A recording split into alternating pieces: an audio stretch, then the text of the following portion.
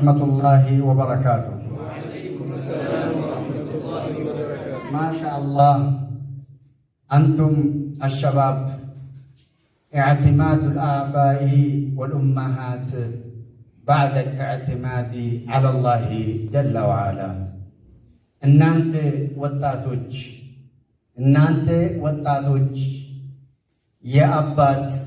የአባቶች የእናቶች መደገፊያ ድጋፍ የሆናችሁ ከአላሁ ስብሓነሁ ወተዓላ ላይ በአላህ ላይ ከተደገፉ በኋላ አባቶችና እናቶች ዲናቸውን መስራት የሚችሉት በእናንተ ላይ ተደግፎ ነው። አልሐምዱሊላህ ረብል ዓለሚን በሉ።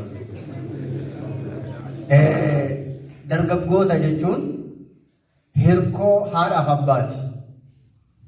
Ba'ada rabbitti hirkatanii kan haatiniif abbaan itti hirkatanii itti dagaatanii diinii hojjetan jechuudha. Dargaggoota dhabnaan biyya dhabneerra, amantaa dhabneerra, diinii dhabneerra. Rabbi dargaggoota diinii siin godhe alhamdulillahi rabbil aalamiin.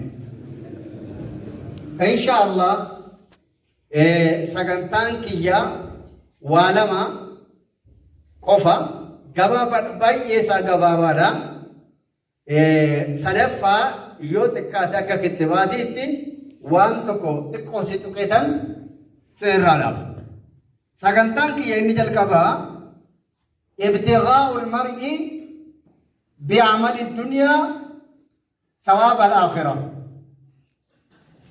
والثاني ابتغاء المرء بعمل الآخرة ثمن الدنيا. የመጀመሪያ ፕሮግራማችን አንድ ወጣት ወይም አንድ ሰው አዱንያ በሚፈለግበት ነገር አዱንያ በሚከሰብበት ስራና ተግባር የአኺራን ሰዋብ መፈለግ የሚል ይሆናል። ሁለተኛው ደግሞ የዚሁ ተቃራኒ ነው። ሰውየው አኺራ በሚፈለግበት ስራ ዱንያን መፈለግ። እነዚህ ሁለት ነገሮች በምን ይታያል የሚለውን ኢንሻአላህ አስረግጬ መናገር ይፈልጋለሁ። አንድ ሰው ዱንያን የሚከስብበት ዱንያን የሚያገኝበት ለምሳሌ ያዋረው ያለው ተማሪ ነው። ስለዚህ እንደ ምሳሌ ተማሪውን ልውሰድ። ተማሪ በሚማርበት ሰዓት ዓላማ አለው፣ ሊኖረውም ይገባል። ያ ዓላማ ምንድነው? በዚህ ትምህርት ትልቅ ቦታ ደርሼ ሕይወቴን ለውጬ ቤተሰቦችን አግዤ ሀገር የሚል በአዱንያ ነገር እና ርዝቅ በሚያመጣው ነገር ራሴን መቻል አለብኝ ብሎ የሚማር ተማሪ አለ። ይሄ ኖርማል ተማሪ ነው። ተራ ተማሪ ማለት ነው። ተራ ተማሪ ነው። ሊያገኝም ይችላል፣ ሊያጣም ይችላል። ብዙ ነጥብ ስር ሌላኛው ደግሞ በዚህ ትምህርቱን ተምሬ የአዱንያውም ርዝቅ ሕይወቴንም በዚህ ቀይሬ ለዲኔ ደግሞ ትልቅ ነገር ሰራለሁ ብሎ የሚያስብ ለምሳሌ በሜዲሲን ተማሪ ሆናችሁ ሜዲሲን መሆን ዶክተር መሆን ይፈልጋለሁ ብሎ ዓላማውን አድርጎ የሚማር ትልቅ ደሞዝ፣ በዛው ጎን ግን በስራዬ ዳዕዋ አድርጋለሁ ነው። አንድ ዶክተር አንድን በሽተኛ ሲያክም ያ በሽተኛ እስላምም ይሁን ሌላ በትክክል ተረጋግጠው አይተው ችግሩን ጠይቆ እዚህ ጋር የሆነ ነገር አንጠልጥሎም እንደሆነ እሷን ወደ ጎን አድርገው በትክክል ሰውነቱን ይዘው መርምረው ጥሩ አኽላቅ አሳይተው እንደሆነ ሰውየው ሙስሊምም ይሁን ሌላ ዲኖ ሲወጣ የዶክተሩ ሃይማኖት ምንድን ነው በማለት ይጠይቃል። ሙስሊም ተባለ። ሙስሊም ቅድሙም ጥሩ ሰው ነው ብሎ የሙስሊም ውዴታና የእስልምና እምነት ፍላጎት በውስጡ ይፈጠራል። ማን ነው የፈጠረው? ይሄ ተማሪ ነው። ይሄን ደግሞ እዛ ቦታ ደርሶ አይደለም ያልመው፣ ዛሬውኑ አልሞ ዳዋ ሊያደርግበት ነው።